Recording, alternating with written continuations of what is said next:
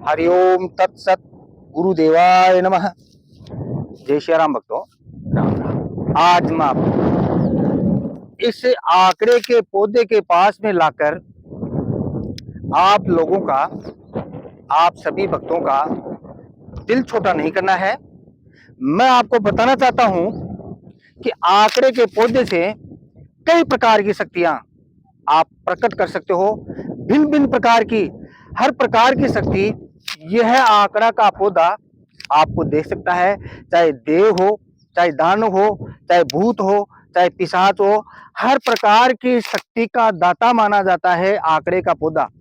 ध्यान रहे भक्तों, आंकड़े के पौधे को हल्के में मानकर नहीं चलना चाहिए। यह एक चमत्कारी पौधा है। भगवान विष्णु का इस पौधे को वरदान है। यह पौधा किसी भी अपने भक्त को कोई भी शक्ति प्रदान कर सकता है। अपने आत्मा में पूरा विश्वास होना चाहिए अपने इष्ट के प्रति। अगर आपके इष्ट के प्रति, आपके गुरु के प्रति अगर पूरा विश्वास है तो यह पौधा आपको हर प्रकार की शक्ति आप लोगों को दे सकता है। चाहे आप किसी भी परिस्थिति में हो, किसी भी मंत्र का जप करते हो, किसी भी देवी देवता का भजन करते हो, यह आंकड़े का पौधा आपको उसी प्रकार की शक्ति आपको देने में सक्षम होता है।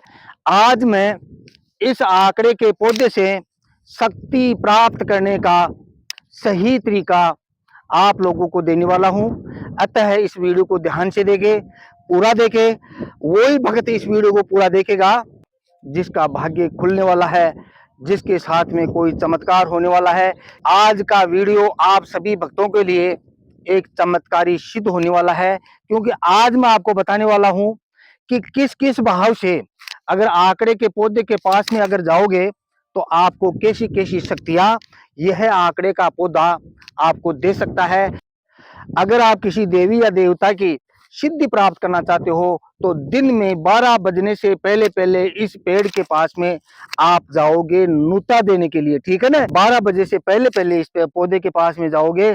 अगर आप किसी प्रेत, जिन, परी, पिशाच, है ना, यक्षिणी, गंधर्व, जो भी है ना, अगर ऐसी शक्तियों को प्रसन्न करना चाहते हो, ऐसी शक्तियों को इस पौधे से प्राप्त करना चाहते हो, तो रात को आपको 9 बजे बाद को समझ में आ गई होगी कि अगर अगर आप देवताओं की सिद्धि प्राप्त करना चाहते हो तो आपको 12 बजे से पहले पहले दिन में, ठीक है।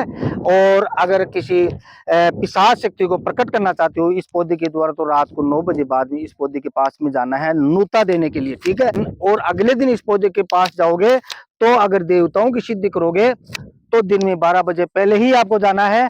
और किसी पिशाच की सिद्धि करोगे तो इस पौधे के पास में आपको 9 बजे बाद में ही जाना है, ठीक है। ये बात आपको समझा गई। अब इस पौधे के पास में नूता देने कैसे जाओगे वो तरीका बताता हूं। और नूता किस प्रकार दिया जाता है, आपको करना क्या होगा, अपने हाथ में एक लोटा जल और थोड़ा कुमकुम, चावल, कपूर, ऐसी पूजा का सामान थोड़ा सा लेकर जाना है। और इस पौधे के पास में जाकर यहाँ पे भी आपको ध्यान करना है।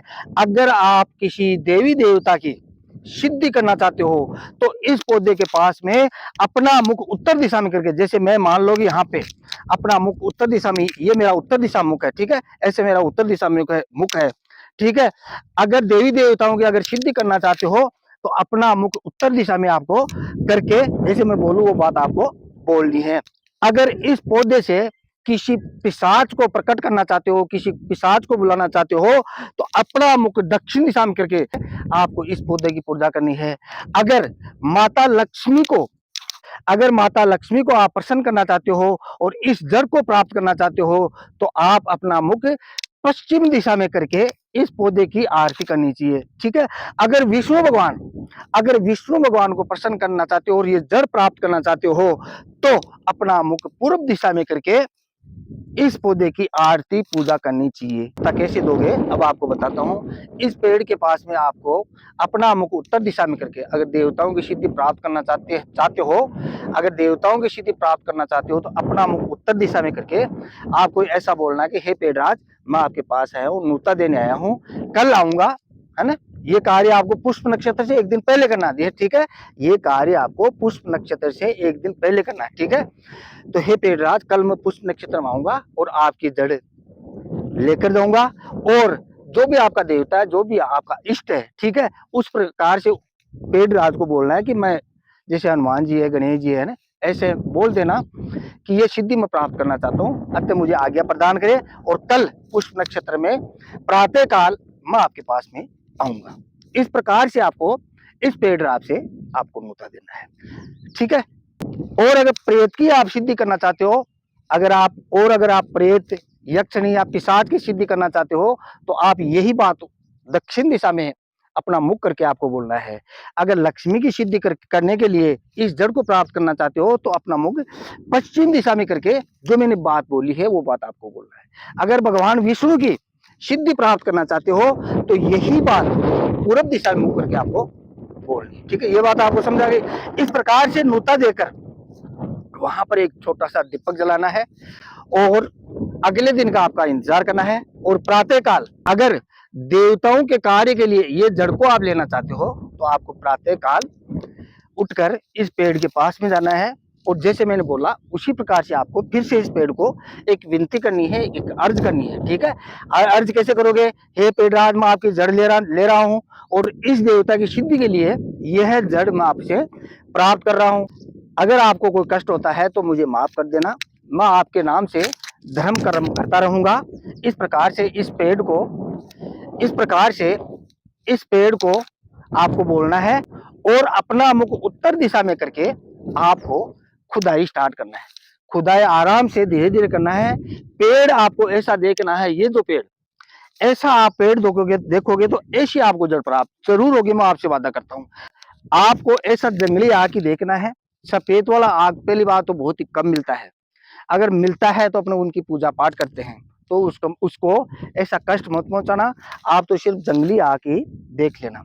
अगर ऐसा आप आग देखोगे, ऐसा बड़ा आग देखोगे, तो आपको ऐसी जड़ आपको प्राप्त हो सकती है। हो सकता है कि आपका भाग्य अच्छा हो तो इससे भी अच्छी जड़ आपको प्राप्त हो जाए, ठीक है ना। इस प्रकार से आपको अंदर से खुदाई करनी है, ठीक है। अंदर से खुदाई करके, और जितनी ये जड़ जाती है, जैसे जैसे आकार से जड़ जाती है, आराम से खुदाई करते रहना है, ठीक है। अपनी इच्छा अनुसार जो भी आकृति आपको चाहिए वहां से जड़ को काट लेना है। काटने में कोई दिक्कत नहीं, किसी औजार से जड़ काट सकते हो। ऐसी अगर रखते हो तो अच्छी बात है, अगर ऐसी नहीं रखते हो कोई बात नहीं है। आपको ऐसी इस जड़ से ऐसी आपको एक गदा बना लेनी है, ठीक है। देखो ये गदा है, ऐसी आपको गदा बना लेनी है। ये गदा बहुत ही पुरानी है, ये कम से कम 30 साल 35 साल पुरानी गदा है। आप चाहो तो किसी कारपेंटर से ये गदा बना सकते हो, और आप चाहो तो अपने खुद के हाथ से भी गदा बना सकते हो।